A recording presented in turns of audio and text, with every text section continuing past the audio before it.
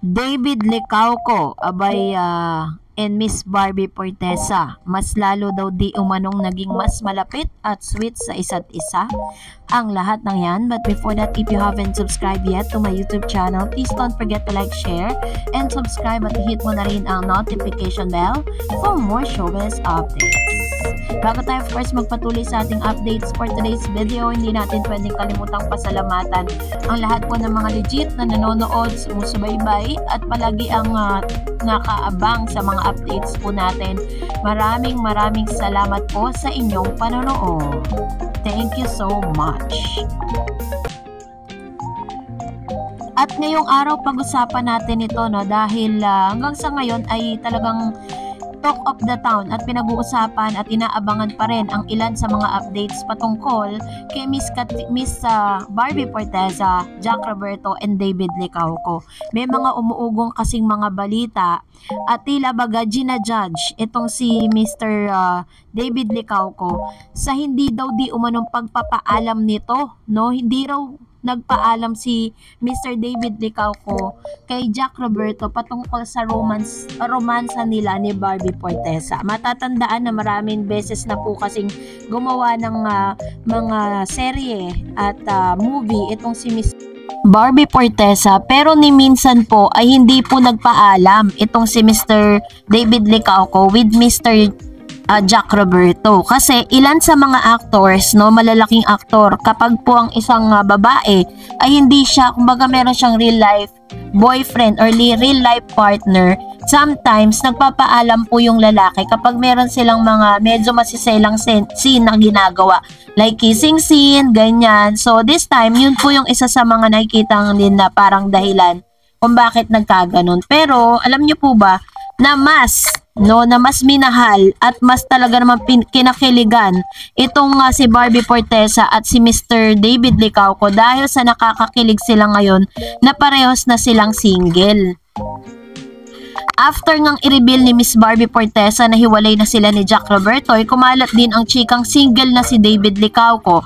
At sabi nga ng Barda fans, mas nakakakilig ngayon ang dalawa dahil pwedeng maging sila na at parehong wala ng hadlang sa kanila. Kahit nga nakakasad na ang bagong TV projects nila ay hindi sila magkapareha, still may new movie pala silang gagawin under GMA Pictures. So ibig sabihin, the Barda love story continues, pero mas sinubukan pa ng GMA na i-partner po sila, parang nagkakaroon sila ng experiment. At ito pa, may commercial din daw na gagawin. Ang bongga nga at may bago na silang endorsement.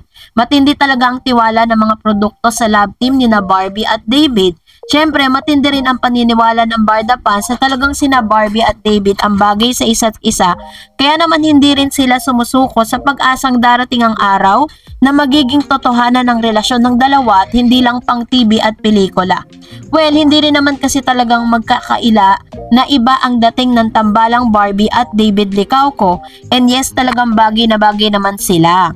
So ganito po ang laman ng ilan sa mga online news patungkol kay Barbie Fortesa and David Licauco. Lalo na't ngayon, meron po silang mga upcoming mga projects. Kasi bukod po dun sa movie na sinasabing ang makakapartner ni David ay si Sanya Lopez, no, nakapatid naman ni Jack Roberto. This time is meron po sila mga upcoming movies pa rin po na magaganap between them. Si Miss Barbie Fortesa and David Licauco na aabangan ng mga Barda fans. So hindi po totoo na parang yung binubuwag na yung Barda, no? Mas pinalakas at mas palalakasin pa. Lalo na't ngayon single na sila to parehas. So yun yung abangan natin. Panoorin natin ito.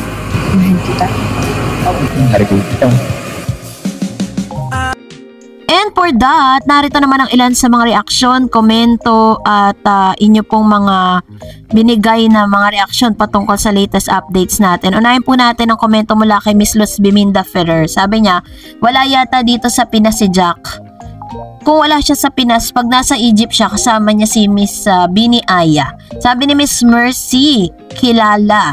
Nako Barbie, wag ka nang papabola kay Jack, ginagamit ka lang niya. Akala siguro ni Jack bobo ka at madali ka mauto. Hindi ka minahal ni Jack, ginagamit ka lang niya kasi may pera ka.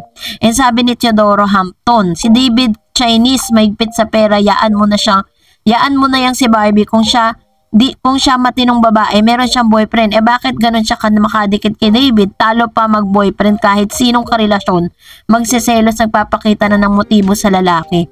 So, grab ng lalaki yan kasi walang mawawala sa kanya. Saka, nakailang boyfriend na rin si Barbie. Ano pala expected nyo? Di pa umayaw.